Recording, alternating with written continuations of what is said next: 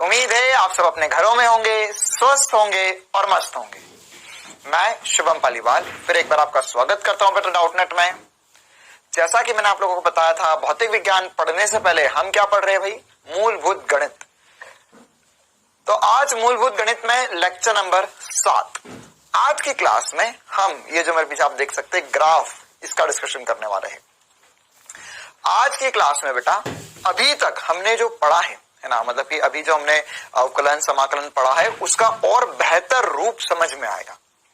और साथ ही साथ हमने जो अधिकतम या उच्चिष्ट और निम्निष्ट मान निकालना सीखा था, उसमें वो जो ग्राफ बना था ऐसा नीचे जाके ऊपर गया था, उसको भी और बहुत बेहतर रूप से आप सभी समझ पाएंगे। तो आज की क्लास शुरू करते हैं मूलभूत गणित में। अभी तक हमने त्रिकोणमिति पढ़ लिया था बेटा। त्रिकोणमिति में हमने क्या पढ़ा था? त्रिकोणमिति में हमने कोण देखे थे, sine theta, cos theta, tan theta देखा था और उसके और महत्वपूर्ण सूत्र देखे थे। मुझे पूरी उम्मीद है कि आप सभी बच्चों को वो 110% समझ में आ गया होगा। साथ ही साथ फिर हमने बीज गणित पढ़ा था। बीज गणित में भी हमने कुछ छोटी छोटी और महत्वपूर्ण बातें करी थी। जैसे पहले हमने देखा था द्विघात समीकरण क्या होता है, फिर हमने श्रेणी के बारे में देखा था, गुणोत्तर श्रेणी और समांतर श्रेणी।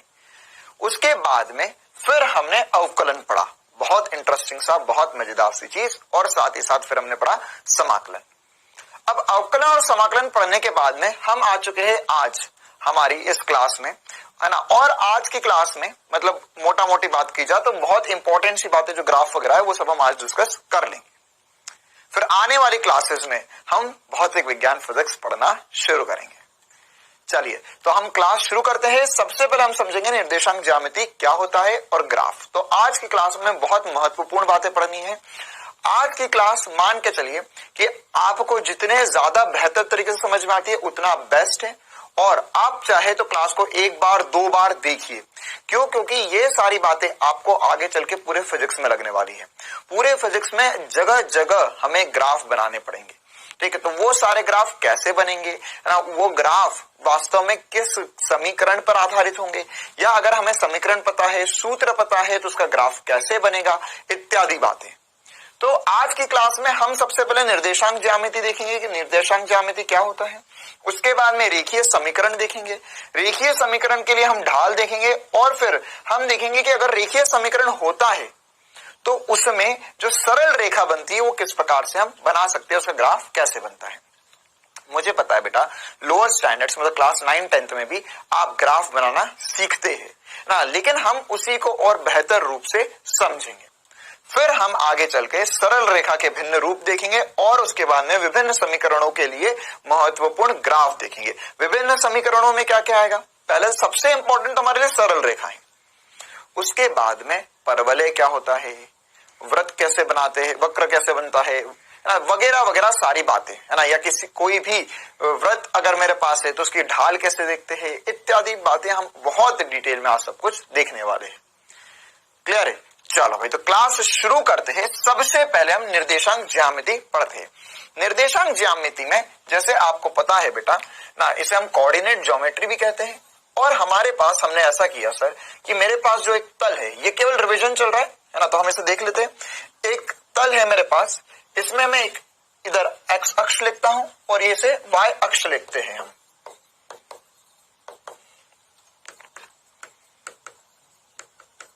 ठीक है, ये हमें सर आता है। अच्छा, तो अगर मान के चलो मैंने यहां पर कोई भी बिंदु, मतलब यहाँ पे अगर मैं बिंदु लेना चाहता हूं तो यहाँ पे जो गणना होगी वो कैसी होती है? ये होता है सर शून्य। ये एक्स अक्ष का भी शून्य है और वाई अक्ष का भी शून्य है। तो ये जो बिंदु होता है इसे हम मूल बिंदु कहते हैं।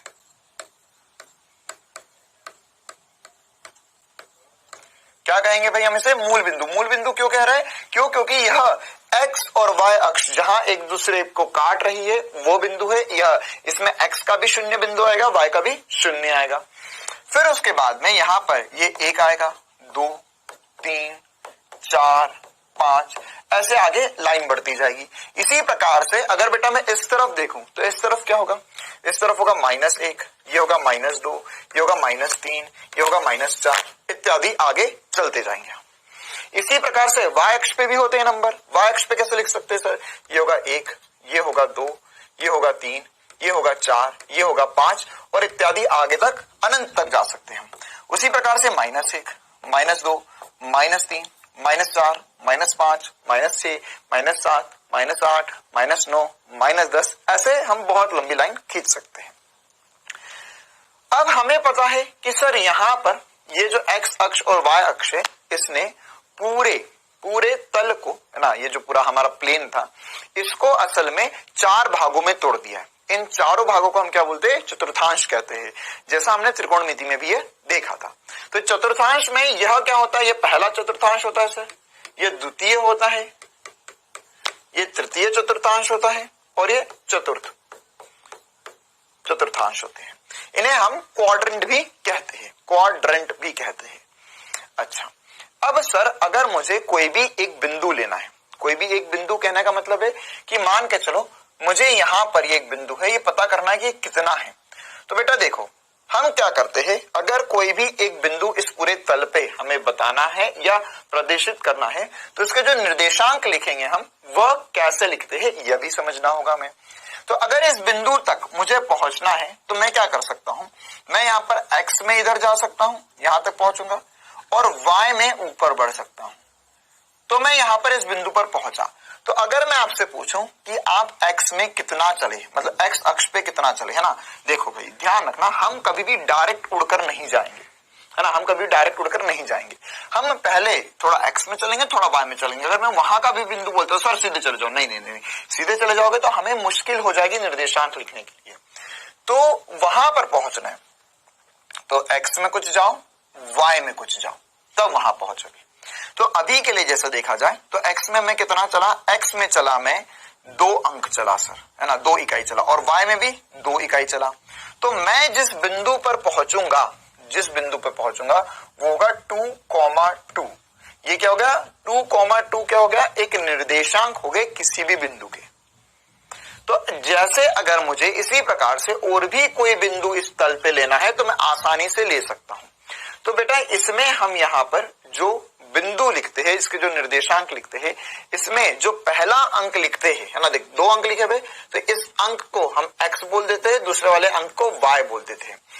x अंक, ये पहला वाला जो अंक है यहाँ पर, ये क्या प्रदर्शित करता है, ये बताता है कि हम x अक्ष पर कितना चले, है ना, ये क्या बताएगा आपको, x अक्ष पर कितना आगे।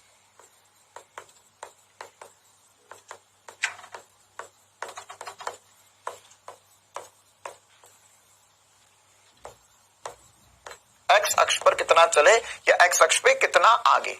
इसी प्रकार से ये वाला जो y है ये क्या बताएगा, y अक्ष पर कितना आगे गए आप या y अक्ष पर कितना चले। ठीक है, जैसे मान के चलो मैंने यहां पर एक बिंदु दिया आपको, एग्जाम्पल के लिए हमने माना कि सर अगर एक बिंदु है मेरे पास, तो एक बिंदु है 5,3, तो इसका अर्थ क्या होता है, 5,3 का अर्थ क्या होता है, इसका मतलब ये हुआ ये कहां पर आएगा सर, आप x अक्ष में 5 चलो और y अक्ष में ऊपर 3 चले जाओ, तो यहां पर आ जाएगा 5,3। ठीक है, तो ये क्या है मेरा x अक्ष के निर्देशांक कहता हूं मैं, ये x अक्ष है मेरा, x अक्ष पे कहां पर हूं मैं, और ये y अक्ष में कहां पर है। क्लियर है, आया समझ में। ऐसे ही अगर मुझे कोई भी बिंदु x अक्ष पर ही है ना, मतलब x अक्ष पर ही प्रदर्शित करना है कोई भी बिंदु, जैसे मैं यहां पर पहुंचा, मैं ऊपर नहीं गया, मैं यहां से सीधे यहां तक पहुंच गया, ऊपर नहीं गया, तो ये बिंदु क्या होगा। तो अगर मैं यहां पर एग्जाम्पल के लिए इसे लिखना चाहूं तो इसे मैं लिख सकता हूं 3,0। क्या लिखेंगे बेटा, x में 3 चले, y में नहीं गए, तो क्या हो जाएगा 3,0। तो फिर से ये x अक्ष पे कहां पर हो वो पता चलेगा और y अक्ष पे कहां पर हो ये पता चलेगा। तो अगर मैं, ध्यान सुनना मेरी बात को, अगर मैं कोई भी बिंदु लिख रहा हूं जिसमें पहला अंक है और दूसरा अंक 0 है, पहला अंक कोई भी संख्या हो सकती है, दूसरा अगर 0 है तो डेफिनेटली 110%, है ना, अगर मैं यहां पर दूसरा 0 लिख रहा हूं तो डेफिनेटली और 110% अगर मैंने यहां पर लिखा x, 0, तो ये जो निर्देशांक होंगे x, 0 यह हमेशा x अक्ष पर ही होगा। कहां होगा बेटा? एक्स अक्ष पर ही होगा, क्योंकि इसमें एक्स है, वाई नहीं है, एक्स अक्ष पर। इसी प्रकार से अगर मैंने y कॉमा शून्य लिखा, y कॉमा शून्य, जैसे मैं यहां पर से चली 3 तक पहुंचा, चलो देखो, तो मैं 3 तक पहुंचा, इसमें भी 3 तक गया, लेकिन अब मैं x में आगे नहीं बढ़ा, x में तो आगे बढ़ा ही नहीं, केवल y में चला। तो मैंने यहां पर लिखा 0 कॉमा y, क्या लिखा मैंने? 0 कॉमा y। तो 0 कॉमा y क्या हो गया बेटा? 0 कॉमा y ये हो गया सर कि आप केवल और केवल y अक्ष में जा रहे हो, x अक्ष में नहीं जा रहे हो। तो ये जो बिंदु होगा 0 कॉमा y, ये हमेशा और हमेशा y अक्ष पर ही होगा। कहां होगा बेटा? ये y अक्ष पर होगा। और x कॉमा शून्य कहां होगा? x अक्ष पर होगा। क्लियर है ये छोटी छोटी सी 2 बातें? अच्छा, अगर सर x कॉमा y होगा तो x में कितना चले, y में कितना चले, ये पता चल गया।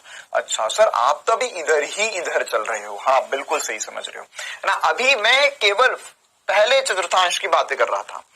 अगर मुझे इधर कोई बिंदु लेना है, इधर कोई बिंदु लेना है, तो वो बिंदु कैसे लेंगे हम? जैसे यहां पर देखा जाए तो सर इधर कोई बिंदु होगा तो उसमें x नेगेटिव होगा, ऋणात्मक होगा, और y पॉजिटिव होगा। ठीक है, यहां पर क्या था? x भी पॉजिटिव था, y भी पॉजिटिव था। तो अगर मेरे पास प्रथम चतुर्थांश की मैं बात करूं तो मैं लिख सकता हूं इसमें कि सर अगर x भी पॉजिटिव है, y भी पॉजिटिव है, तो उसके लिए यहां पर हम लिख देते हैं plus comma plus, plus comma plus, मतलब क्या हो गया? x भी पॉजिटिव, y भी पॉजिटिव। तो ये प्रथम चतुर्थांश की बातें हो गई। इसी प्रकार से इसमें देखा जाए तो x नेगेटिव है और y पॉजिटिव है। देखो ध्यान से, पहले नेगेटिव का चिन्ह लगाया, फिर पॉजिटिव का चिन्ह लगाया, मतलब x नेगेटिव है, y पॉजिटिव है। ठीक है, तो ये द्वितीय चतुर्थांश की बातें हो गई। इसी प्रकार से अगर मैं यहां पर देखूं तो minus comma minus, minus comma minus क्या हो गया? यहां पर माइनस कॉमा माइनस हो गया सर कि आप तृतीय चतुर्थांश में हो।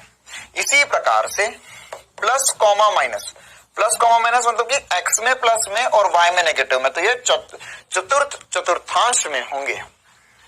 क्या ये मेरी छोटी छोटी सी बातें आपको सबको समझ में आती है बेटा? है ना। तो अगर मेरे पास कोई भी एक बिंदु है तो मैं ये देख के बता सकता हूं कि वो किस चतुर्थांश का बिंदु होगा। जैसे फॉर एग्जाम्पल, आगे बढ़ते हैं, हम अगली स्लाइड पे जाते हैं, 1-2 एग्जाम्पल करते हैं हम कि अगर सर कोई एक बिंदु दे दिया जाए तो कौन से चतुर्थांश में कैसे पता लगाएंगे। जैसे देखो, मान के चलो मेरे पास एक बिंदु है, बिंदु रे बिंदु, मेरी प्यारी बिंदु, 5,3।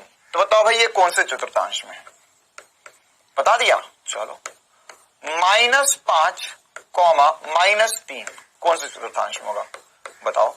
-2, 1 कौन से चतुर्थांश में होगा? सर ये वाला जो है ये फर्स्ट में होगा, प्रथम चतुर्थांश में होगा। ये वाला तृतीय में होगा। क्यों? क्योंकि x भी नेगेटिव है, y भी नेगेटिव है। -5, -3 यहां कहीं आएगा। उसी प्रकार से -2, 1, तो -2, 1 कहां हो जाएगा बेटा? सर x में माइनस, y में पॉजिटिव, तो ये हो जाएगा द्वितीय चतुर्थांश। तो इस हिसाब से मैं छोटी छोटी बातें समझ सकता हूं।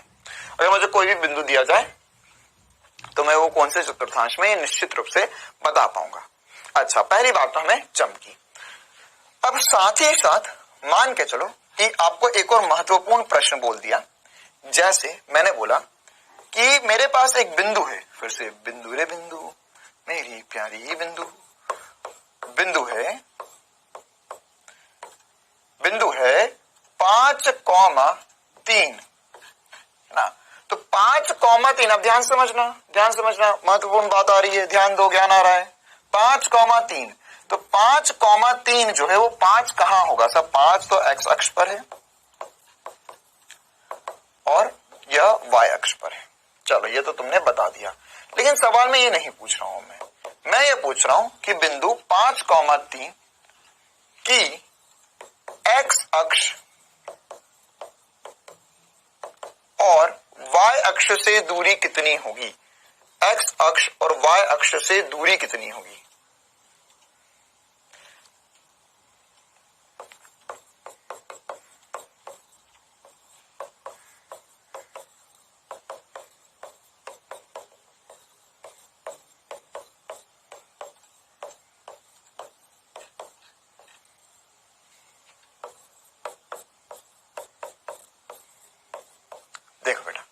यहां पर x ये दिया हुआ है 5 और y दिया हुआ है 3, x अक्ष और y अक्ष से दूरी प्राप्त करनी है।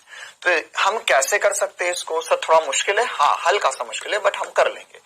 मान के चलो यहां पर हमने पहले एक x और y अक्ष बना लिए।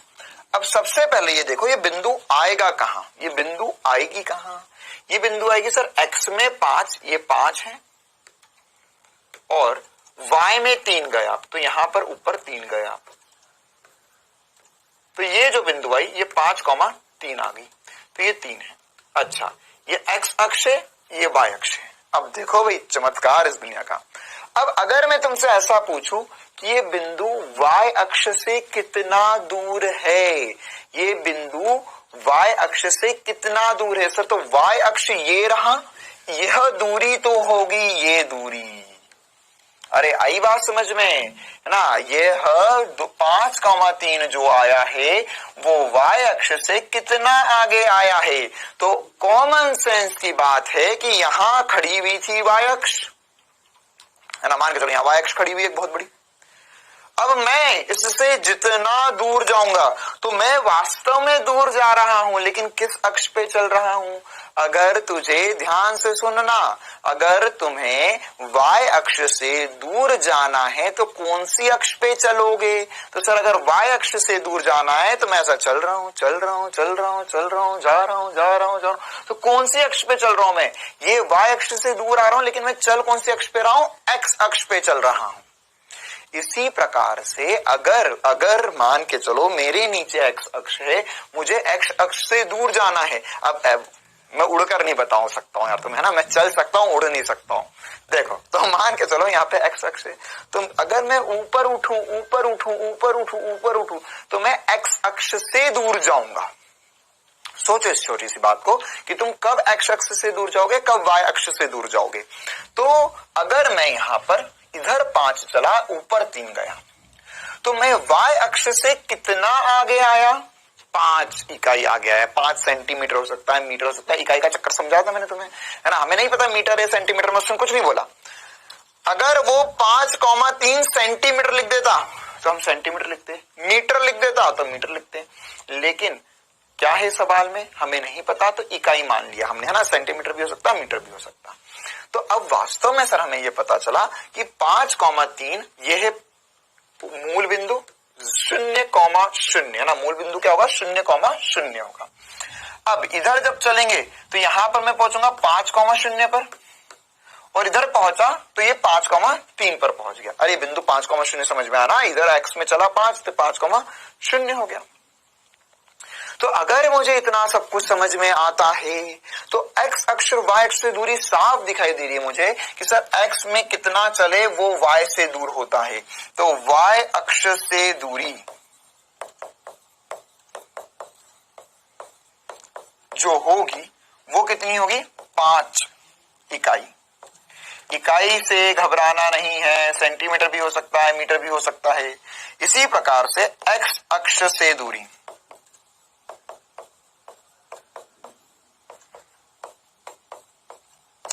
x अक्ष से दूरी मतलब x अक्ष से कितना ऊपर है ये बिंदु? सर 3 इकाई ऊपर है। तो वाह भाई वाह, देख रहे हो खतरनाक सी बात, है ना? क्या मजा आया कि सर ये बिंदु था 5,3, है ना? तो x y अक्ष से दूरी आई है 5 और x अक्ष से दूरी आई है 3। मतलब मुझे ये पता चला कि अगर मुझे सवाल में वो ये पूछता है ना? अगर मुझे सवाल में ध्यान समझना, है ना? अगर वो मुझे बोलता है कि कोई बिंदु है x, y, इसका SP स्टार मेथड क्या याद रखना है आपको? क्या शॉर्ट ट्रिक याद रखनी है आपको कि अगर कोई बिंदु है x, y, तो x क्या है? x क्या है? x ये है कि वह x में कितना चला। तो जितना x में चला उतना y अक्ष से दूर हो गए तुम। अरे तुम जितना चलोगे उतना दूर होते जाओगे ना। अगर मान के तो तुम अपने घर से 5 किलोमीटर चले तो कितना चले? 5 किलोमीटर चले। घर से कितना दूर आ गए? 5 किलोमीटर दूर आ गए। तो वैसी ही बात है बेटा, हमें याद रखना है कि यहाँ पर ये जो x अक्ष होगा, क्या होगा? x अक्ष जो होगा, तो x अक्ष या ये x क्रमांक जो है वो हमें ये निर्देशांक हमें बता रहा है कि यह x में कितना चले, और साथ ही साथ ये भी बता रहा है कि y से कितना दूर हो गए। y से दूरी या y अक्ष से दूरी लिख देते हैं हम पूरा।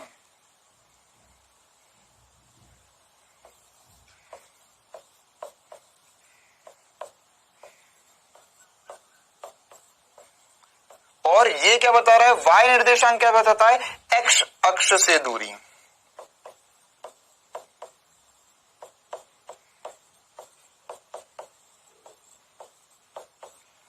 क्या ये छोटी छोटी बातें सबको बहुत बढ़िया तरीके से चमकती है भाई, ध्यान रखना। x, y क्या बताएगा, x में कितना चले और y में कितना चले, और x ये बताएगा कि x अक्ष से y अक्ष से कितना दूर हो गए, और y ये बताएगा x अक्ष से कितना आगे आ गए।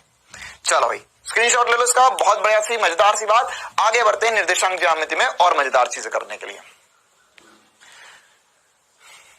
देखो भाई यही बात होती है ना, तुमने ये तो पढ़ा तो पहले भी था, लेकिन नए नजरिए से। सर ऐसा नजरिया तो नहीं था हमारा, अभी बनेंगे नजरिए। देखो हाँ सर ये तो समझ में आ गया। अब आगे देखो, अब हमें दूरी सूत्र पता करना है, सबसे ज्यादा इंपॉर्टेंट बात जो हमें फिजिक्स में लगेगा।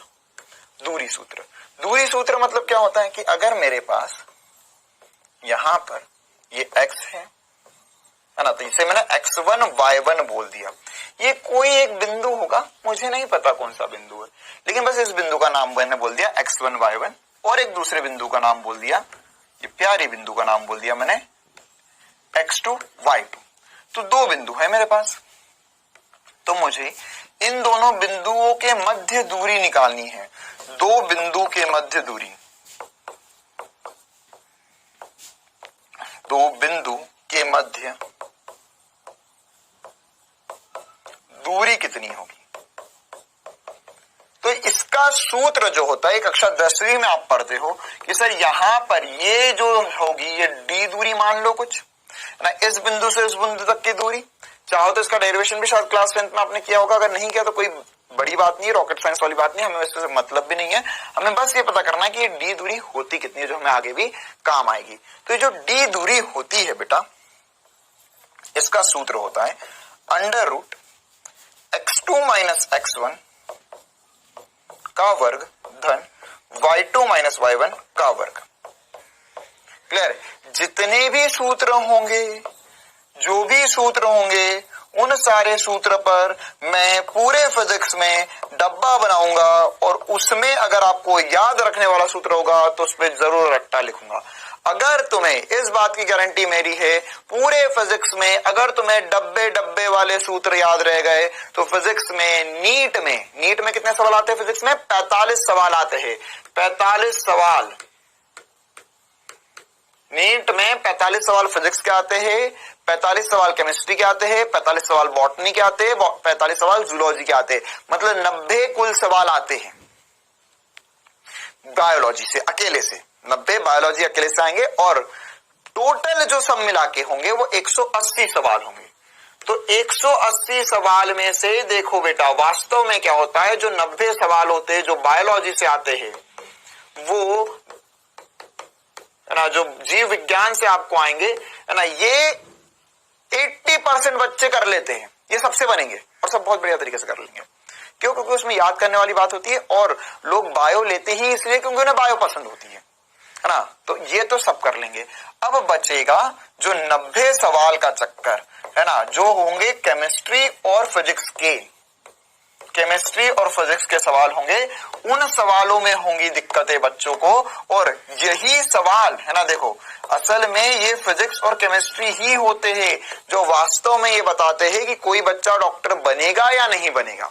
क्यों? क्योंकि ये तो सबने कर लिया। अगर तुम इस दुनिया में वह कर रहे हो जो बाकी सब भी कर चुके हैं, तो उनमें और तुम में फर्क ही क्या रह गया फिर? तो फर्क कौन बनाता है? फिजिक्स और केमिस्ट्री। अब केमिस्ट्री में भी कुछ पार्ट होता है जो याद करने का होता है, लेकिन फिजिक्स एक ऐसा सब्जेक्ट है ना जो असल में आपको टॉप रैंक दिलवाता है और बहुत बढ़िया मेडिकल कॉलेज दिलवाता है। पिछले 6-7 साल से मैंने जितने बच्चों को पढ़ाया है, वो बच्चे ही रैंक बढ़िया लेकर आ पाए जिनका फिजिक्स स्ट्रांग था, जिन्होंने फिजिक्स पे मेहनत करी। तो वही चीज बेटा मैं आपके साथ भी करूंगा, है ना। सबसे ज्यादा इंपॉर्टेंट सी बात है कि मैं जिन भी सवालों पर ऐसा डब्बा बनाऊंगा और इसका आगे मैं रखूंगा कि रट लो भैया, याद कर लो, ठीक है। तो ये फॉर्मूले मिनिमम आपको याद करने ही होंगे। ये मिनिमम है, इतने करने ही होंगे। और अगर ये सारे कर लिए बेटा तो मान के चलो नीट वाले पेपर में 45 में से 30 से 35 सवाल आप आराम से करके ले जाओगे जो केवल फॉर्मूले के होंगे। फिर जो बाकी 5-10 सवाल बचेंगे वो जो हम प्रैक्टिस करेंगे उससे बन जाएंगे। क्लियर है कहानी? अब हम आगे बढ़ते हैं। ये फॉर्मूला सर हमें याद हो गया, √x2 - x1 का स्क्वायर या वर्ग प्लस y2 - y1 का वर्ग। सर इस पे एग्जाम्पल करवा दो। हाँ बिल्कुल बेटा मैं करवाऊंगा। देखो मान के चलो मुझे बिंदु दिए गए हैं, बिंदु रे बिंदु, तो बिंदु दिए हैं, बिंदु दिया है, एक बिंदु मान लिया हमने 2,5 और थोड़ा डिफिकल्ट ले लूं -1,1 है ना। देखो ये बिंदु ऐसा कोई मैंने याद नहीं कर रखा, बस ऐसे रैंडम ले लिया। तुम भी चाहो तुम 2 बिंदु ले लो, अपनी कॉपी में लिख लो, है ना, मन से बना लो, उसमें ये सूत्र लगाकर देख लो, है ना। तो यहां पर दूरी ज्ञात कीजिए।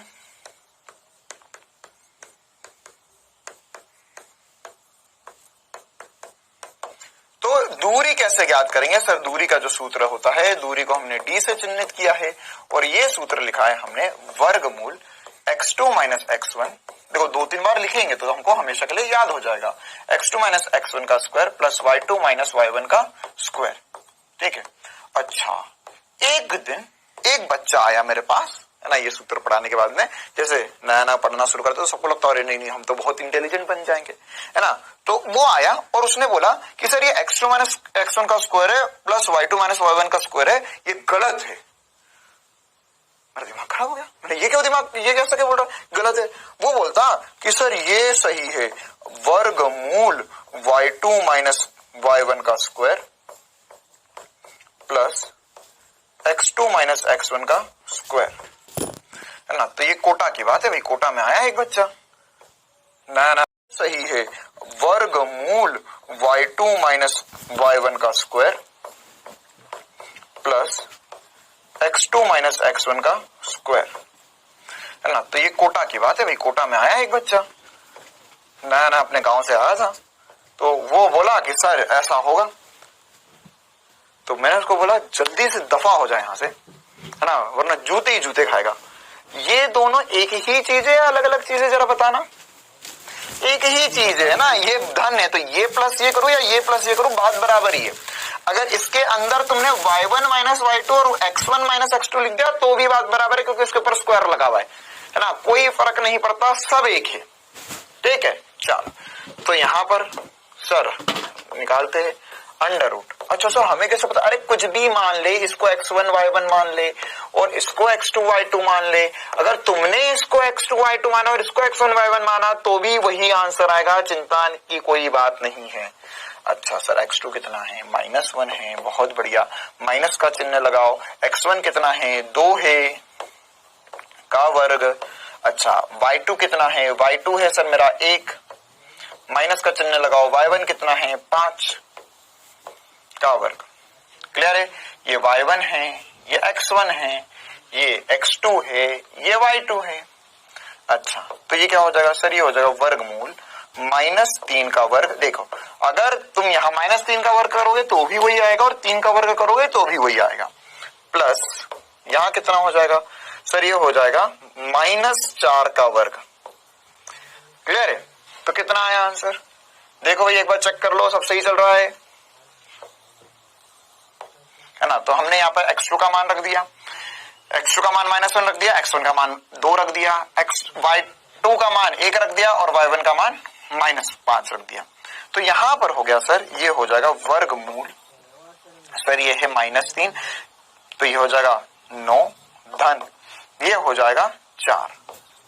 ठीक है, तो ये यहां पर आ गया वर्गमूल 25, या मैं इसे लिख सकता हूं 5 इकाई।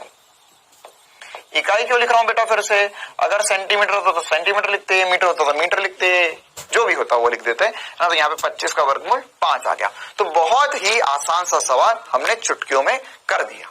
क्लियर है? आगे बढ़ते इसमें और भी महत्वपूर्ण सूत्रों की तरफ। चलो अब ये सरल रेखा क्या है और भी महत्वपूर्ण सूत्र हमें क्या पता होना चाहिए। देखो मान के चलो कि अभी हम कुछ और बेसिक सी बात करते, छोटी छोटी सी बात करते, ठीक है, फिर हम और आगे बढ़ेंगे, बड़े होंगे।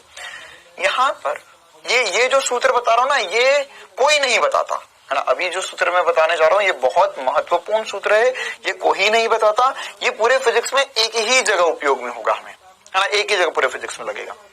लेकिन वहां अगर ये सूत्र आपको याद नहीं है तो उसको करने का तरीका बहुत बड़ा होगा, 1-1.5 पन्ना लगेगा। लेकिन फिर से मजदूरी नहीं करना है हमको एक छोटा सा सूत्र याद रखना है। जैसे मान के चलो कि यहां पर कोई भी एक सरल रेखा है ना, कोई भी एक सरल रेखा, मुझे नहीं पता ये सरल रेखा क्या है ना। तो बेटा अगर सरल रेखा है तो सरल रेखा का जो समीकरण होता है वो एक रेखीय समीकरण होता है, ठीक है। तो अब रेखीय समीकरण के लिए हम छोटी मोटी बातें समझ लेते हैं। अगर मेरे पास एक रेखीय समीकरण है,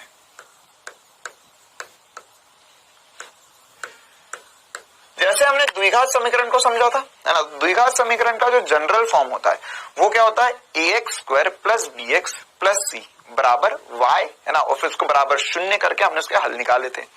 वैसे ही यहां पर जो रेखीय समीकरण होता है बेटा वो लिखते हैं हम ax + by + c बराबर 0। ये पहला रूप या एक व्यापक रूप है रेखीय समीकरण को लिखने का। इसके अलावा भी बेटा अभी हम थोड़ी आगे 5-10 मिनट में इसके और भी रूप देखेंगे और इसमें और क्या क्या रूपांतरण हो सकते हैं वो सब कुछ हम देखने वाले हैं। तो यहां पर होगा ax + by + c बराबर 0। तो अब यहाँ एक रेखीय समीकरण होगा, इसमें a क्या है, b क्या है, c क्या है मुझे नहीं पता, है ना, ये कोई एक रेखीय समीकरण है। तो उसके लिए मैं यहाँ पर एक सरल रेखा बना सकता हूँ। ये सरल रेखा कैसे बनाई होगी, यहाँ पर मैं x का कुछ मान रखा होगा, y का कुछ मान आएगा। अरे ग्राफ बनाते थे ना बचपन में कक्षा 10वीं में, है ना, जैसे मैंने यहाँ पर रखा सर x बराबर 0 तो y का मान आया, फिर मैंने x बराबर 1 तो फिर y का मान आया, फिर x बराबर 2 फिर y का मान आया, फिर ग्राफ पे जो बिंदु मिले उनको मैंने बना दिया और एक सरल रेखा बन गई। तो मान के चलो अभी हम बनाएंगे, वैसे मान के चलो एक सरल रेखा है ax + by + c बराबर 0, ठीक है। अब एक बिंदु है, फिर से प्यारी बिंदु x1, y1, ठीक है। अब इस बिंदु से मुझे इस सरल रेखा की दूरी निकालनी है। तो अब क्या बता रहे हैं हम क्या सोच रहे हैं, हम ये सोच रहे हैं कि सरल रेखा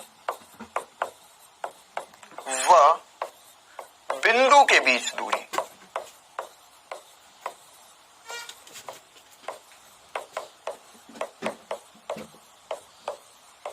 इसका सूत्र क्या होगा। देखो क्या होता है बेटा, ये सब गणित का सूत्र है ना। अब एक बात बताओ, यहां पर इस सरल रेखा से इस बिंदु के बीच में कितनी दूरियां संभव है, इसके बीच में अनंत दूरियां संभव है। कैसे सर, ये एक सरल रेखा है, ये एक बिंदु है, तो मैं चाहूं तो ये दूरी भी निकाल लूं, मैं चाहूं तो ये दूरी निकाल लूं, ये दूरी निकाल लूं, ये दूरी निकाल लूं, ये निकाल लूं, ये निकाल लूं, ये निकाल लूं, ये निकाल, कोई भी दूरी निकाल सकता हूं ऐसे तो मैं, है ना। सर ये लंबाई अलग आएगी, ये अलग आएगी, ये अलग आएगी, ये अलग आएगी, सारी लंबाई अलग अलग आएगी, तो फिर क्या आएगा फॉर्मूला। हमेशा ध्यान रखना, हमको ये कॉमन सेंस से की बात है, और हमको जब भी कोई एक सरल रेखा दी गई और उससे हमें ये ज्ञात करना है कि ये जो बिंदु है उसकी कितनी दूरी है, तो हमेशा हम लंबवत दूरी देखेंगे यार। कौन सी दूरी देखेंगे, लंबवत दूरी। तो लंबवत को, है ना, लंबवत दूरी यहां पर बीच में हम लिख देते हैं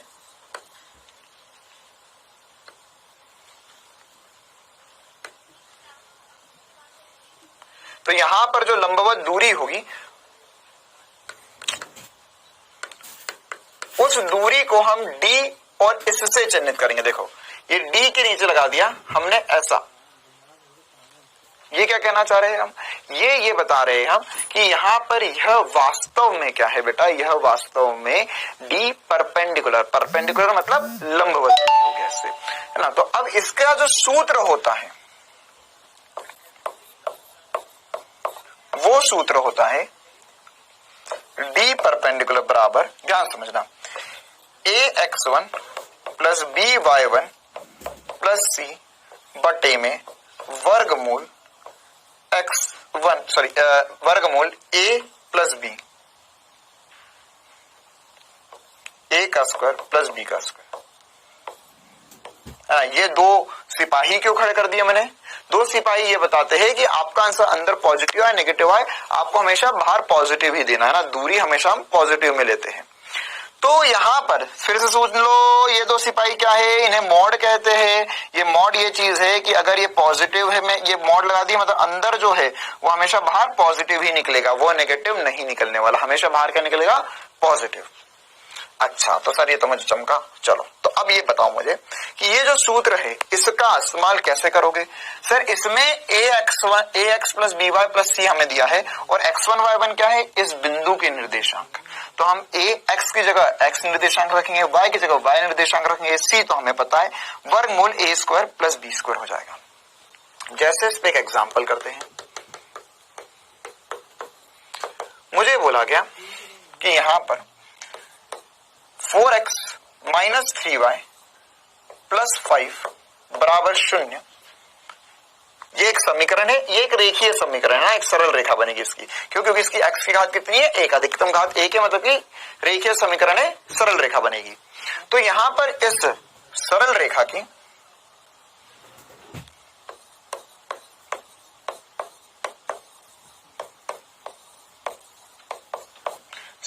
की एक कॉमा -1 से दूरी लिख देते हम। बिंदु रे बिंदु, मेरी प्यारी बिंदु, बिंदु 1 कॉमा -1 से दूरी कितनी होगी, निकालो।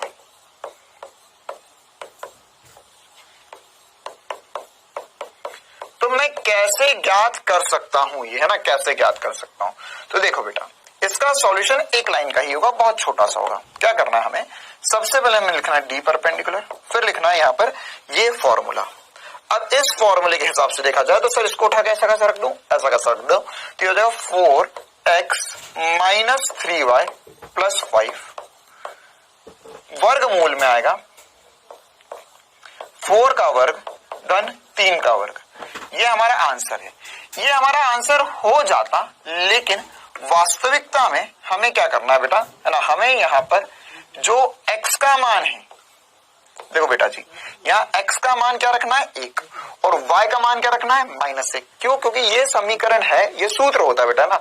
तो इसमें जो दूरी निकालनी है, जिससे दूरी निकालनी है, तो किससे निकालनी है, 1 कॉमा -1 से दूरी निकालनी है। तो x की जगह 1 रखेंगे, y की जगह -1 रखेंगे।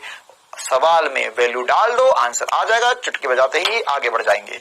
देखो भाई, तो यहां पर अब मैं x को हटा रहा हूं, है ना, x को बिठा दिया, y को बिठा दिया। क्यों? क्योंकि मुझे x की जगह क्या रखना है, 1 रखना है। अच्छा सर कैसे रख दिया, अरे सवाल में दिया यार, कैसे रख दिया, वाह बहुत बढ़िया सवाल, बहुत ही अति उत्तम, तुम बनोगे डॉक्टर इस देश के। अरे ये सवाल में दिया हुआ है मुझे, इसलिए यहाँ पे 1 रख रहा हूँ, यहाँ पे -1 रख रहा हूँ। वो और कुछ निर्देशांक देता तो उनकी वैल्यू रखते हैं हम यहाँ पर।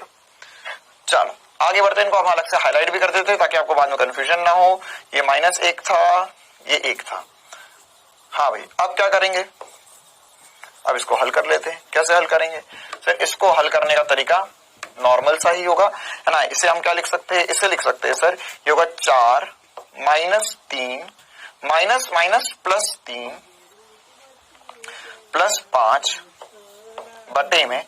देखो यार, एक छोटी सी बात बता रहा हूं मैं आपको, ये √3 का स्क्वायर प्लस 4 का स्क्वायर 5 होता है, ये याद ही कर लो, है ना। ये फिजिक्स में बहुत जगह लगने वाला है ना। ये हमने जब स्टार्टिंग में त्रिकोणमिति पढ़ा था उसमें भी देखा था, √4 स्क्वायर प्लस 3 का स्क्वायर ना। ये हमने एक त्रिभुज बनाया था जिसमें मैंने आपको बताया था कि कौन 37 डिग्री होता है, वो होता है यार, है ना, 37 डिग्री और 53 डिग्री होते हैं। तो ये हमको वहां भी लगा था, और अभी जब हमने सॉल्व किया तो उसमें भी देखो, अभी जब पिछला सवाल सॉल्व किया उसमें भी यही बनाया, है ना। तो जनरली जो भी क्वेश्चन बनते हैं उनमें ज्यादातर यही हो जाता है। ऐसा नहीं हमेशा आंसर यही हो गया, ज्यादातर हो जाता है बेटा। तो यहाँ पर क्या लिख सकते हैं हम सर, यहाँ पर लिख सकते हैं हम इसे, ये हो गया है यहाँ पर वर्गमूल, अभी एक बार लिख देते हैं फिर से, वर्गमूल 16 प्लस वर्गमूल, ये हो जाएगा वर्गमूल 16 धन 9। तो ऊपर वाला जोड़ेंगे तो ये हो जाएगा, देखो ये हो जाएगा यहाँ पे 12, 5 और 3 8, 8 और 4 12, 12 बटा ये हो जाएगा वर्गमूल 25 फिर से। तो ये हो जाएगा 12 बटा 5 इकाई हमारी दूरी आ गई। आप चाहो तो इसे दशमलव में भी लिख सकते हो, है ना, 2.4 लिख सकते हो। क्लियर है कहानी। तो ये सब कुछ बहुत इंपॉर्टेंट, बहुत बेसिक सा, हमने पूरा निर्देशांक ज्यामिति रिवाइज कर लिया, हमें जो जो फिजिक्स में लगेगा। अब हम आगे बढ़ते हैं और कहानी शुरू करते हैं सरल रेखा की। क्लियर है कहानी बेटा? जितना पढ़ाया बहुत ज्यादा इंपॉर्टेंट था। ये सरल रेखा हमने यहाँ पर थोड़ी देख भी ली है, लेकिन अब हम ये समझेंगे कि अगर मेरे पास एक सूत्र है या मेरे पास एक समीकरण है तो उससे मैं रेखा कैसे ज्ञात कर सकता हूं, रेखा कैसे बन सकती है। क्लियर है कहानी? चलो भाई, तो आगे बढ़ते हैं, कहानी को आगे ले जाते हैं। हाँ तो बेटा देखो, अब हम ये समझते हैं कि अगर हमारे पास एक रेखीय समीकरण है, जैसे हमारे पास था ax plus b y plus c बराबर 0, तो इस रेखीय समीकरण में जैसे हमने एग्जाम्पल माना कि x प्लस वाई बराबर 1 बराबर 0 है, x प्लस वाई प्लस 1 बराबर 0 है, तो इसमें a का मान तो 1 हो गया, y का मान, b का मान भी 1 हो गया और c का मान भी 1 हो गया। एक आसान सा सूत्र हमने मान लिया। अगर मैं तुम्हें कुछ नहीं बताता तो कम से कम तुम इसका ग्राफ तो बना सकते हो, है ना? कैसे बना सकते थे सर? अगर मैं पुराने ज्ञान की बात करूं अपने बचपन की, तो सर मैं लगता हूं पहले x बराबर 0, तो x बराबर 0 रखेंगे हम यहाँ पर, तो क्या हो जाएगा सर? ये हो जाएगा 0 प्लस वाई प्लस 1 बराबर 0, तो देखो y बराबर -1, ये 0 हो गया, y उधर चले गया, तो मेरे पास एक बिंदु आया, फिर से बिंदु आ गई, तो ये हो गया 0, -1, तो 0, -1 एक बिंदु आ गया है जिसको मैं लेकर मतलब एक बिंदु बना लूंगा और उससे मैं रेखा खींच सकता हूं। अब एक बिंदु से तो अनंत रेखाएं हो सकती है, तो अगला बिंदु माना मैंने x बराबर 1 रखा, तो यदि मैंने बोला x बराबर 1 है, तो x बराबर 1 रखने पर क्या होगा ये बताओ? यदि x बराबर 1 है तो सर हम लिख सकते हैं यहां पर, ये हो जाएगा 1 प्लस y प्लस 1 बराबर 0, तो y का मान आ गया -2।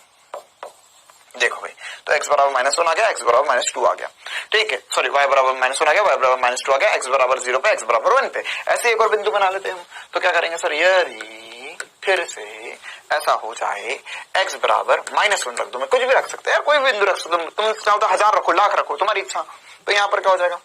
ये हो जाएगा सर -1, x की जगह -1, y की जगह 1 और +1 बराबर 0।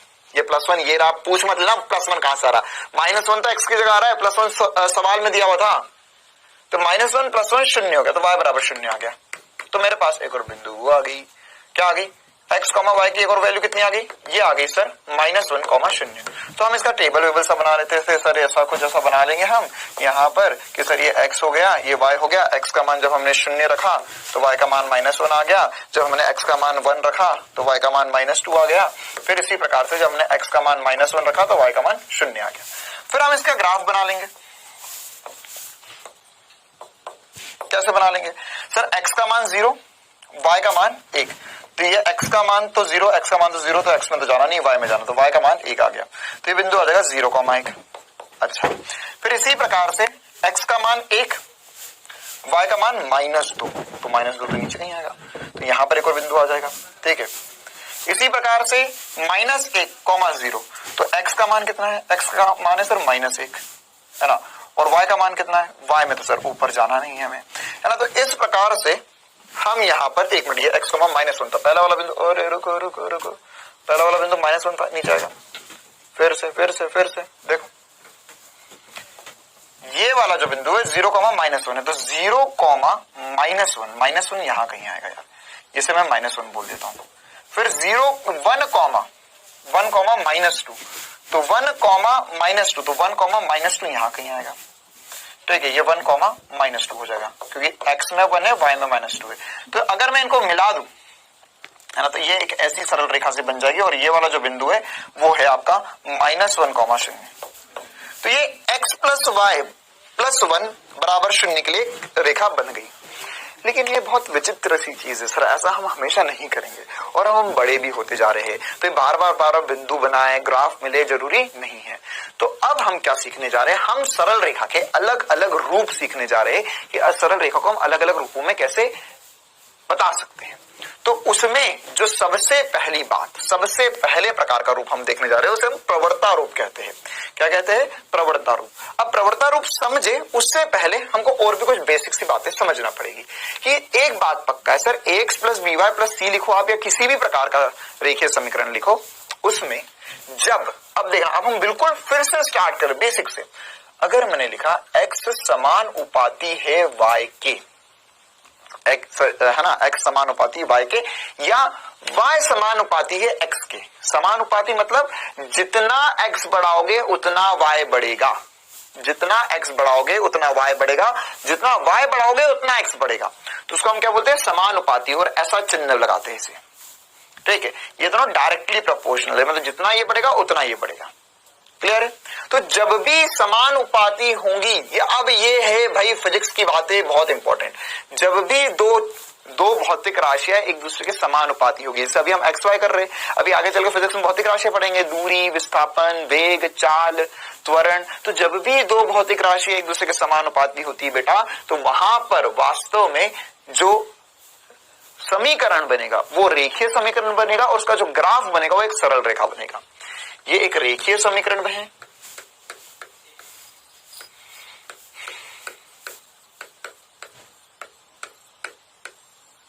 रेखीय समीकरण है, और जो ग्राफ है वह हमेशा सरल रेखा बनेगा, ये पक्का है। ठीक है, अब जो सरल रेखा है वो तो सर कैसी भी हो सकती है ना, सरल रेखा तो मतलब सरल रेखा तो सीधी होगी, लेकिन वो यहां से कहीं से भी इस पूरे तरह में बहुत सारी अनंत सरल रेखाएं बनाई जा सकती है, तो कैसे पता चलेगा? तो देखो, अब हम इसके बेसिक सी चीजें पढ़ना शुरू कर रहे हैं। अगर ये इसके समानुपाती, ये ध्यान रखना, पूरे फिजिक्स में पढ़ाऊंगा आगे भी, है ना, कि जब भी दो चीजें एक दूसरे के समानुपाती होती है बेटा, तो वहां पर जब समानुपाती का चिन्ह हटाते हैं तो एक नियत मान आता है। इस नियत मान को हमने m बोल दिया, अभी के लिए m बोल दिया, a b c d f जैसे के लिए मतलब कुछ भी बोल सकता, तो मैंने m बोला क्योंकि दुनिया वालों ने भी इसे m बोला। ठीक है, अब मान के चलो कि आपके पास y बराबर mx, ये एक लाइन है, y बराबर mx एक रेखीय समीकरण है, इसका मुझे सरल रेखा बना के बतानी है। कैसे बनाएंगे? तो अभी भी एक बार पहले हमारा जो पुराना रोल था उससे हम करते हैं, एक टेबल सा बना लेंगे सर। यहाँ पर हम रखेंगे x के मान, यहाँ पर रखेंगे y के मान। अच्छा, अगर x बराबर 0 रख दिया तो y बराबर भी 0 आएगा। देखो, x बराबर 0 रखने पे y बराबर 0 आएगा। x बराबर 1 रखने पर अगर x का मान 1 रखा तो ये हो जाएगा y बराबर m इंटू 1, तो ये हो गया m के बराबर। तो सर ये आया m। अच्छा, x का मान यहां पर क्या लिखा था, x का मान 1 रखा था, x का मान अगर 2 रखोगे तो क्या आएगा? सर x का मान 2 रखेंगे तो हो जाएगा y गुणा m गुणा 2, तो हो जाएगा 2m। तो ये x का मान 2 रखने पर ये 2m आ गया, और ऐसे ही आगे कहानी चलती जाएगी। तो m क्या है? m कोई भी एक नियत मान हो सकता है। तो देखो बेटा, अगर हम समझे यहां पर, तो ये एक बिंदु है, ये x अक्ष है, ये y अक्ष है, ये है बिंदु 0,0, बिंदु रे बिंदु 0,0, 1, m कहाँ आएगा? x में 1, y में 1, y में m क्या पता नहीं, कुछ दूरी होगी, है ना। m का मान 1, 2, 3, 4, 5, 6, 7, 8 कुछ भी हो सकता है। तो 1, m यहाँ आएगा, 2,m यहाँ आएगा, तो बेटा ये 3,3m यहाँ आएगा, 4,4m और ऊपर आएगा 5,5m। और ये कैसे बोल रहा हूं मैं? अगर यहाँ पे x के मान 1, 2, 3, 4, 5, 6, 7, 8, x के मान 1, 2, 3, 4, 5, 6, 7, 8, 9, 10, 11 रख दूं मैं, तो यहाँ y के मान कहेंगे m, 2m, 3m, 4m, 5m, 6m, 7m, 8m, ऐसा आते जाएंगे। तो यहाँ पर इन सबको मिलाऊं मैं बेटा, तो ये एक सरल रेखा बनेगी जो कुछ इस प्रकार से दिखाई देगी मुझे। और यह जो सरल रेखा है, यह सरल रेखा असल में 0,0 से गुजरेगी। मतलब मुझे एक बात पक्का समझ में आ गई। क्या समझ में आ गई? कि यदि सर y बराबर mx होता है ना, y बराबर mx होता है, तो यह मूल बिंदु से गुजरती है। सबसे पहली बात जो हमें यहाँ पे समझ में आनी चाहिए थी, ठीक है, क्या y बराबर mx मूल बिंदु से गुजरेगी?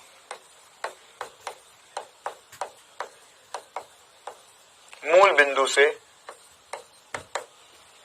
गुजरेगी। ठीक है, अब यहां पर अब हमें और क्या पता होना चाहिए? सर ये मूल बिंदु से गुजर गई। अब यहां पर है चक्कर कि सर ये वाला बिंदु देखो, अब ध्यान समझ रहे ना, जैसे मैं ये वाला बिंदु देखूं, ये एक बिंदु आया था 1,m, दूसरा बिंदु आया था 2,2m, अरे ये आए थे ना। तो देखो यार, यहां पर क्या है, यहां पर ये एक बिंदु, ये एक तीसरा, चौथा, पांचवा, छठा, इसी प्रकार से नीचे भी बिंदु हो सकते हैं, तो कोई भी दिक्कत वाली बात नहीं है। ठीक है, अब हम इसे प्रवणता रूप क्यों कहते हैं? वास्तव में हम ये देखना चाहते हैं कि यह मूल बिंदु से तो गुजरी, लेकिन इसका कोण कितना है है ना। मैं इस सरल रेखा का कोण देखना चाह रहा हूं। अब जो बातें मैंने आपको अवकलन में समझाई थी, ढाल वाली बातें, वो अब आज बहुत बढ़िया रूप से समझ में आने वाली है। यहां पर ये जो कोण है थीटा, ये जो कोण है थीटा, वो कितना होगा ये निकालने की एक बार कोशिश करता हूं मैं, है ना। बिल्कुल बेसिक से चल रहे हैं। तो थीटा निकालने से तो एक कोई भी त्रिभुज मान लेते, ये त्रिभुज ये छोटा मान लो, बड़ा मान लो, कोई भी एक त्रिभुज मान लो। तो यहां पर अगर मैंने छोटू सा त्रिभुज माना, तो इस त्रिभुज में मैंने बोला ये कोण थीटा है। तो कोण थीटा है तो ये 1,0 है, 1,m है। तो बेटा x में 1 हो गया और y में m हो गया। तुम कोई भी त्रिभुज मान लो, बड़ा और बड़ा और बड़ा और बड़ा, कोई भी त्रिभुज मान लो। तो यहां पर वास्तव में सर हमें ये थीटा मिल सकता है। और अब हमें ये दूरी नहीं पता, हमें इसका कर्ण नहीं पता इस त्रिभुज का, है ना। ये समकोणीय त्रिभुज होगा, इसका आधार पता है और लंब पता है। तो हम यहाँ पर tan थीटा लिख सकते हैं, जो कि होगा m/1 या m। तो वास्तव में हमारा जो m है वो राज की बात थी। m क्या था? राज की बात थी। m वास्तव में हमें tan थीटा देगा। m क्या देगा? tan theta. और अगर tan थीटा पता है तो मैं थीटा निकाल सकता हूं कि ये x अक्ष से कितना घुमा, वो क्या हो जाएगा मेरा? थीटा हो जाएगा। x अक्ष से कितना कोण घुमा, क्लियर है। अब जितना ज्यादा कोण घूमूंगा मैं, उतना ज्यादा tan थीटा का मान आएगा। क्योंकि हमें पता है सर 0 पे 0 होता है, फिर बढ़ते जाओ तो अनंत तक जा सकता है tan थीटा का मान। तो जितना ज्यादा मैं घूमूंगा tan थीटा का मान उतना बढ़ता जाएगा, तो यह m का मान उतना बढ़ता जाएगा। तो अगर मैं m बढ़ा रहा हूं तो मेरे पास जो लाइन बनेगी वो और ज्यादा सीधी बनती जाएगी और ज्यादा खड़ी बनती जाएगी। तो ये कितनी खड़ी है लाइन, मतलब कि यह x अक्ष से कितना ज्यादा कोण बना रही, जितना ज्यादा कोण बनाएगी तो tan थीटा उतना ज्यादा आएगा और स्लोप उतना ज्यादा होगा और लाइन उतनी ज्यादा खड़ी बनेगी, स्टीप बनेगी। तो असल में ये जो लाइन है ये कितनी ज्यादा खड़ी बन रही है, वो इसका असल में ढाल कहलाता है, स्लोप। क्या बोलेंगे हम इसे? स्लोप बोलेंगे, ठीक है। स्लोप या ढाल को ऐसा समझ सकते हो तुम कि अगर तुमने थीटा बढ़ाया तो tan थीटा बढ़ेगा और tan थीटा बढ़ेगा तो m या ढाल बढ़ेगा। तो ये जो m, इसको जैसे मैं इसको m ही क्यों बोला, क्योंकि m को हम असल में ढाल बोलते हैं या स्लोप बोलते हैं। तो सर ढाल वाकई में है क्या? ढाल वाकई में ये है कि कोई भी एक सरल रेखा x अक्ष से कितना कोण बना रही है, तो वो कोण नहीं ढाल है। सुन ध्यान से, ये मैं बोलूं बर्बाद हो जाएंगे ऐसे आधे बच्चे। वो बोलते हैं सर थीटा ढाल है। अबे थीटा ढाल थोड़ी ना है, tan थीटा ढाल है। क्या ढाल है? tan theta. फिर से सुन, क्या है ढाल? tan theta, tan theta, tan theta. Theta ढाल नहीं है। आइए इतनी सी बात समझ में। तो सर हमें पता चला कि यहाँ पर tan थीटा जो है वो हमारे ढाल के बराबर होगा। अच्छा, तो वास्तव में ढाल है क्या? देखो क्या है बेटा कि यहां से एक लाइन जो है वो जितनी ज्यादा खड़ी, जितनी ज्यादा खड़ी, जितनी ज्यादा खड़ी लाइन बनाओगे उतना ज्यादा ढाल होगा।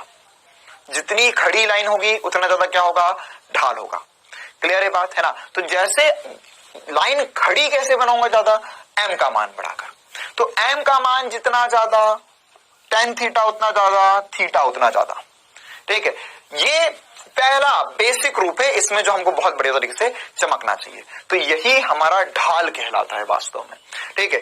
जैसे इसमें और एग्जाम्पल करके समझते, मान के चलो, है ना, इसी को हम प्रवणता रूप भी कह रहे हैं। मान के चलो मेरे पास है y बराबर x। तो y बराबर x है, तो ये लाइन का समीकरण कैसा, सॉरी ये समीकरण के लिए सरल रेखा कैसे बनेगी? यहां लिख देते हैं y बराबर x है।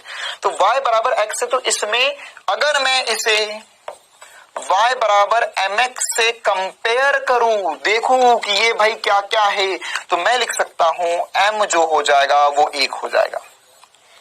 m क्या हो जाएगा? 1 हो जाएगा। तो अगर m का मान 1 है मतलब tan थीटा का मान 1 है, तो यहां पर tan थीटा का मान 1 है ना। ये तो अभी भी नहीं सोच रहे हो कि सर tan थीटा कैसे बना दिया? अरे tan थीटा कैसे बनाया, है ना। ये tan थीटा कैसे बनाया यहाँ पर देखा है ना मैं। tan थीटा जो होगा वो लंब बटे आधार होता है, तो लंब बटे आधार तो tan थीटा के बराबर आ गया। तो यहां पर मैं लिख सकता हूं कि जो थीटा होगा वो 45 डिग्री होगा।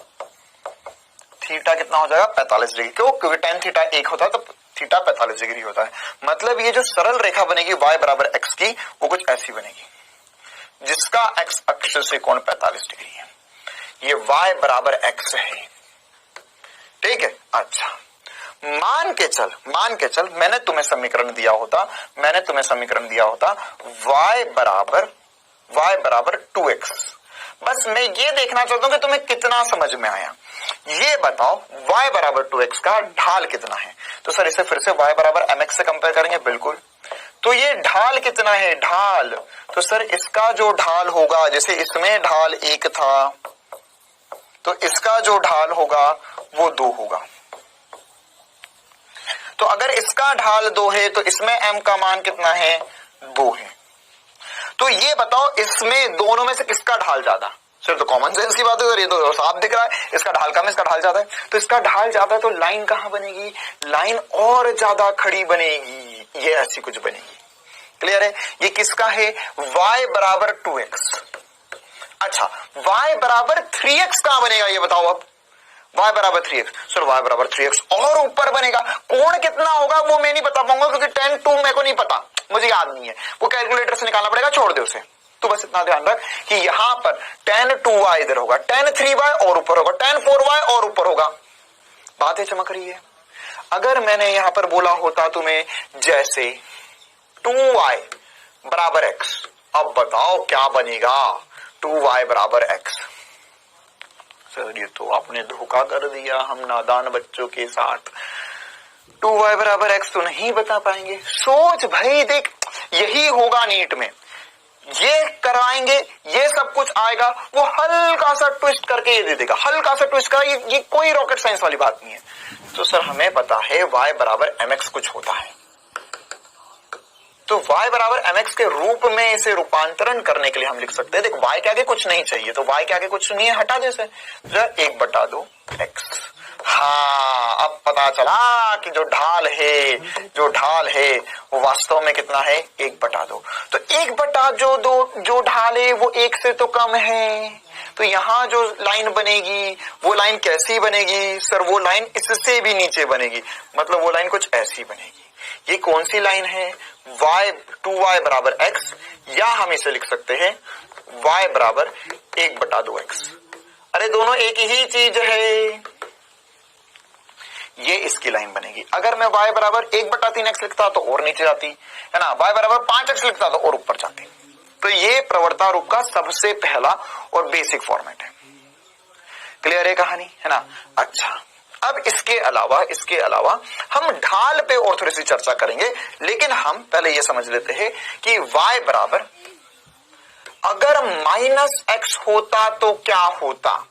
जैसे अगर मेरे को लिखा होता y बराबर -4x, अब इस समीकरण का सरल रेखा बनानी है तो y बराबर -4x बहुत ही अजीब हो गया सर ये तो। हाँ, थोड़ा सा सोचना पड़ेगा। तो y बराबर -4x होगा, तो इसके लिए अब अगर हम ढाल देखें तो सर ढाल आ गया है -4 या m आ गया है -4। तो ये ढाल नेगेटिव है, कहने का मतलब क्या हो गया, ढाल नेगेटिव है मतलब कि यहां पर tan थीटा नेगेटिव है।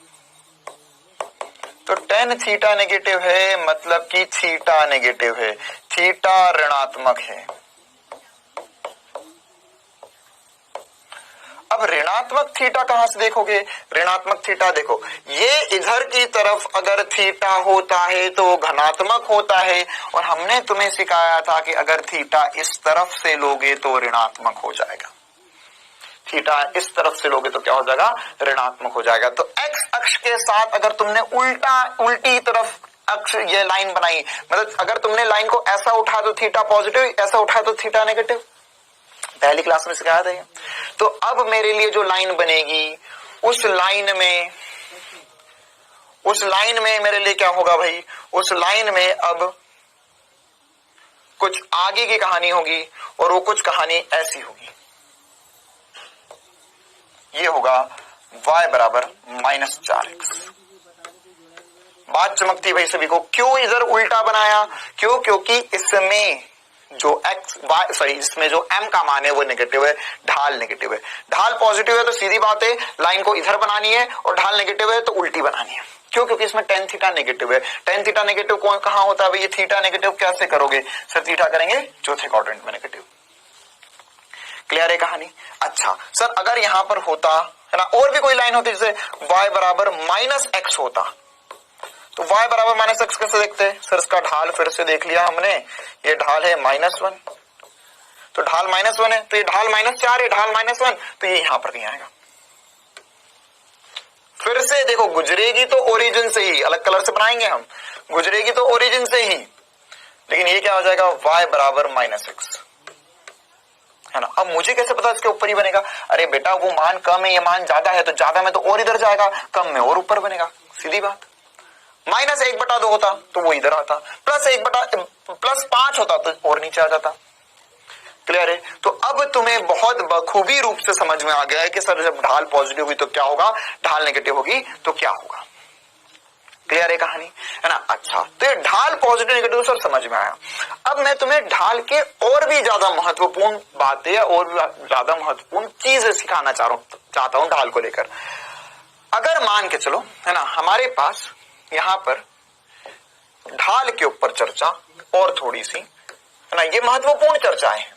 अगर मान के चलो सर अभी हमारे पास ये वाली लाइन थी, तो इसका हम कोण देखकर बता रहे हैं कि यह कोण जो होगा यह y एक्स, ये कुछ कोण होगा तो ये tan थीटा जो होगा इसका ढाल कहलाएगा। अब अगर एक समीकरण मूल बिंदु से नहीं गुजर रहा तो उसको कैसे लिखेंगे? उसको लिखना हम अगली क्लास में सीखेंगे, लेकिन उससे पहले अभी सीखना यह जरूरी है हमारे लिए बेटा कि अगर मेरे पास कोई भी एक समीकरण, इसका फील आना जरूरी है कि अगर मेरे पास कोई भी एक समीकरण, जैसे ये एक समीकरण है ना, ये एक लाइन बना दी या यहां पे कोई लाइन बना दी, तो अगर मुझे ये बोला कि देखो भाई यहां पर ये बिंदु होगा 0,2 और ये बिंदु होगा -1,0, या यहां पर बोला कि ये वाला जो बिंदु है ये है आपका 2,0 और ये वाला बिंदु है 0,5। तो अगर ऐसी कोई लाइन है ना, रैंडम लाइन, पता नहीं कहां से आ गई, बस आ गई, बस 0,0 से नहीं गुजर रही है, 0,0 से गुजरेगी तो तुम आराम से उसका कोण बता दोगे और उसका tan थीटा या ढाल बता दोगे। लेकिन अगर ऐसा कुछ होगा तो इसका ढाल कैसे बताओगे? देखो ढाल वास्तव में बस तुम्हें यह ध्यान रखना है, ढाल जो है वो tan थीटा होता है। ढाल क्या होता है? tan थीटा होता है। क्या तुम इन दोनों में tan थीटा बता सकते हो? हाँ कि ना? tan थीटा बता सकते हो क्या? हाँ सर, x अक्ष के साथ ये थीटा हो गया तो ये थीटा हो गया। देखो छोटा वाला कोण देखना हमेशा, तो यहां पर tan थीटा लिख सकते हैं। ये लंब जो हो जाएगा सर ये हो जाएगा 2 और ये हो गया -1, या अगर मैं केवल यहां पर ये देखना चाहता हूं कि कितना दूर है, तो अगर ये मैं त्रिभुज बनाऊं यहां पर एक, तो इस त्रिभुज में लिख सकता हूं ये 2 है, ये 1 है, ये कौन? थीटा है ना। देखो यार ये मैंने लाइन कैसे उठाई होगी, ये लाइन ऊपर उठी या नीचे उठी, ये बताओ पहले तो। ये लाइन जब बनी तो इसका कोण पॉजिटिव में बना या नेगेटिव में बना, ये बताओ। तो इसका कोण तो पॉजिटिव में ही बना। तो अगर कोण पॉजिटिव में बना है बेटा, अगर कोण पॉजिटिव में बना है बेटा मेरे प्यारे बच्चे, तो वो तो tan थीटा जो होगा वो पॉजिटिव ही होगा। तो ये मैं लिख सकता हूं 2/1, मतलब ये मेरा जो ढाल है वो आ गया इसका 2। अच्छा इस लाइन का ढाल बताओ। तो सर यहां पर ये नहीं, देख ये बहुत बड़ा कोण है, ये 90 से ज्यादा नहीं उधर नहीं जाएंगे ना, बहुत ज्यादा दूर नहीं जाना है। जो कोण छोटे बन रहे हैं वही हमारा थीटा कहलाएगा, क्योंकि 90+ में चले गए, 90+ में चले गए, तो यहां पर तुम कैसे बताओगे ये क्या हो? त्रिभुज ही नहीं बना इधर, तो त्रिभुज तो इस तरफ बनेगा ना यार, त्रिभुज तो इधर बन रहा है ना, इसका त्रिभुज तो इधर बन रहा है, तो त्रिभुज किस तरफ बनेगा? वहीं से tan थीटा निकाल पाओगे। कहां त्रिभुज बना सर? ये त्रिभुज बना, ये त्रिभुज बना। तुम्हें tan थीटा में थीटा का मान नहीं निकालना है यार, tan थीटा में थीटा का मान नहीं निकालना है, किसका मान निकालना है? ढाल का मान निकालना है, tan थीटा का ही मान निकालना है। तो सर यहां पर हो जाएगा tan थीटा बराबर, ये आएगा लंब है 5 और आधार है 2, तो 2/5। इसका जो ढाल आएगा ना बेटा वो आएगा 5/2 -5/2।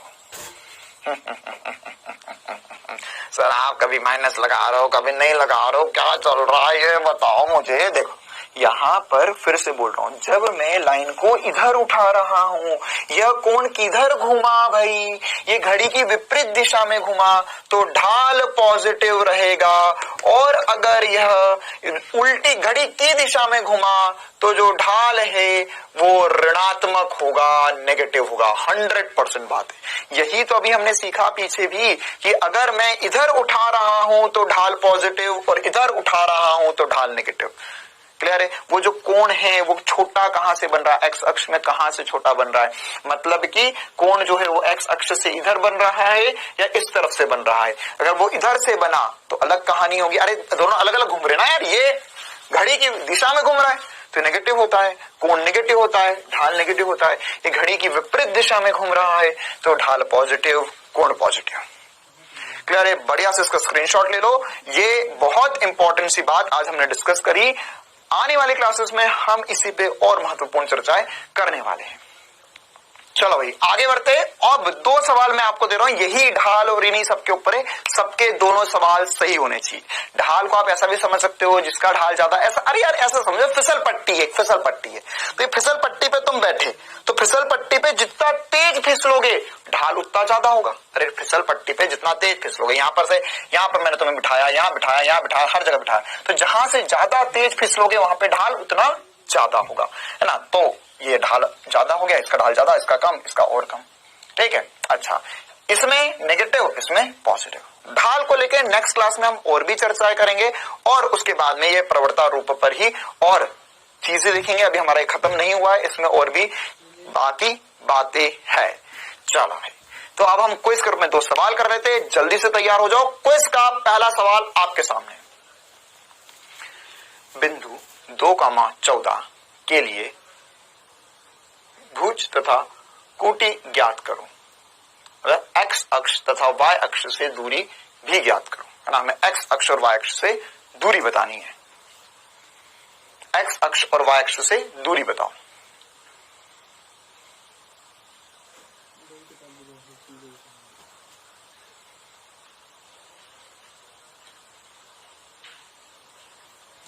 एकदम आसान सवाल है।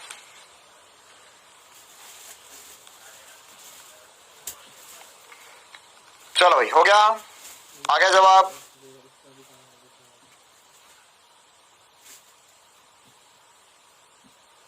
चलो इसका जवाब जान लेते हैं, है ना। आसान है। 2,14 तो सर अगर 2,4 है तो आपने बताया ये जो होता है ये वाई अक्ष, अरे 2,4 है तो ये तो एक्स अक्ष पे कितना चले, तो एक्स अक्ष पे कितना चले वो वाई अक्ष से दूरी होती है,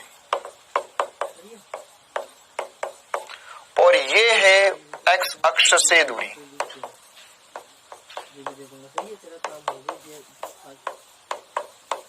तो y अक्ष से दूरी कितनी है सर, y अक्ष से दूरी है 2, तो आपको y और x बताना है, y तथा x। तो पहले y का बताओ फिर x का बताओ, तो 2,14 सही जवाब हो जाएगा इसका। 2,14, 2 कैसे दूरी है y अक्ष से, और x अक्ष से कितनी दूरी है 14। अरे बताया है पूरी क्लास में। ठीक है, चलो आगे बढ़ते हैं। एक और बढ़िया सा सवाल, जल्दी से इसका सवाल का जवाब बताओ। आपको दर्शाई गई रेखा का ढाल ज्ञात करना है। एक सरल रेखा आपके सामने है, इसका ढाल ज्ञात करो। ढाल के ऊपर और भी चीजें हम कल की क्लास में करेंगे, अगली क्लास में, और हम आगे समीकरण पढ़ेंगे, मतलब रेखीय समीकरण के और भिन्न भिन्न रूप पढ़ेंगे। उसमें बहुत सारे सवाल भी करेंगे, मजेदार सवाल।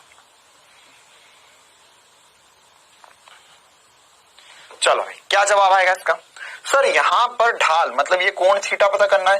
पहली बात तो ये सोच लो ये पॉजिटिव है या नेगेटिव, ये सोच लो, सबसे पहले सोचो पॉजिटिव या नेगेटिव। सर अगर इधर होता तो पॉजिटिव है, ये इधर हो रहा है तो नेगेटिव है, मतलब या तो तीसरा आंसर है या तो चौथा आंसर है। ठीक है, ढाल नेगेटिव है, ढाल नेगेटिव है, ऋणात्मक है। अच्छा अब tan थीटा कितना है इसका ये पता करो। सर लंब जो है वो 2 है और आधार 3 है, तो 2/3 नेगेटिव में मतलब जो m होगा वो -2/3 होगा, तो -2/3 मतलब तीसरा इसका सही जवाब हो जाएगा। क्लियर है कहानी? तो ये सबसे ज्यादा महत्वपूर्ण बातें आज हमने पढ़ ली। कल की क्लास में मिलेंगे जिसपे इसमें और ही चर्चा करेंगे। 1 मिनट रिवीजन कर लेते हैं। निर्देशांक ज्यामिति में हमने क्या क्या पढ़ा? सबसे इंपॉर्टेंट बात सर कि जो दूरी का सूत्र होता है वो x2 - x1 plus y2 - y1 का वर्ग होता है। फिर हमने और क्या समझा था निर्देशांक ज्यामिति में? हमने ये समझा था सर कि अगर आपको किसी एक लाइन की, ये दो बिंदु के बीच में दूरी है, किसी एक लाइन के बिंदु से दूरी निकालनी है तो ax1 plus by1 plus c बटा वर्गमूल a का स्क्वायर प्लस b का स्क्वायर होता है। क्लियर है कहानी? इतना हमने सीख लिया था। और इसके अलावा फिर हमने रेखीय समीकरण सीखे। रेखीय समीकरण में ढाल सीखी। ढाल क्या होता है सर? कि एक्स अक्ष से कितना कोण बना रहा है। अगर ये कोण इधर होता है तो ये कोण थीटा जो है वो पॉजिटिव है और ढाल भी जो है वो पॉजिटिव है। ठीक है। और इसी प्रकार से अगर कोण जो है वो इधर की तरफ से बनता है तो ये कोण जो है वो नेगेटिव है, और ये कोण नेगेटिव है मतलब कि ढाल भी नेगेटिव है ना। और ढाल क्या होता है? ढाल को हम लिख सकते हैं यह tan थीटा के बराबर होती है। ढाल को हम m से चिन्हित करते हैं, m बराबर tan थीटा। ढाल थीटा नहीं होती है, ढाल tan थीटा होती है। ढाल थीटा नहीं होती है, ढाल tan थीटा होती है। ये गाना गाते हुए 1-2 बार अपने घर में घूम लो, क्योंकि अब तुम घर तो जाओगे नहीं है ना। जैसे ऑफलाइन क्लास होती है बोलते घर चले जाओ, लेकिन अब तुम तो घर तो जाओगे नहीं है ना। गाना गाते हुए 2-4 अपने घर में राउंड लगा लो। जो ढाल होती है वो tan थीटा होती है। और इसी के साथ अब हम मिलेंगे अगली क्लास में। बेटा होमवर्क जो है आपको ऐप में ही क्लास के बाद में मिल जाएगा, वहां पर नीचे आप देख लेना। होमवर्क सभी को करना है बहुत बढ़िया तरीके से, बहुत खूबसूरती से, बढ़िया सा प्यारा होमवर्क मिलेगा आपको। ठीक है, तो अब हम मिलेंगे कल की क्लास में, जिस क्लास में हम विभिन्न समीकरणों के लिए और महत्वपूर्ण ग्राफ देखेंगे। तो बेटा जितना पढ़ाया एक बार रिवाइज कर लेना। मिलते हैं अगली क्लास में, तब तक के लिए बेटा से पढ़ते रहो, स्वस्थ रहो, मस्त रहो।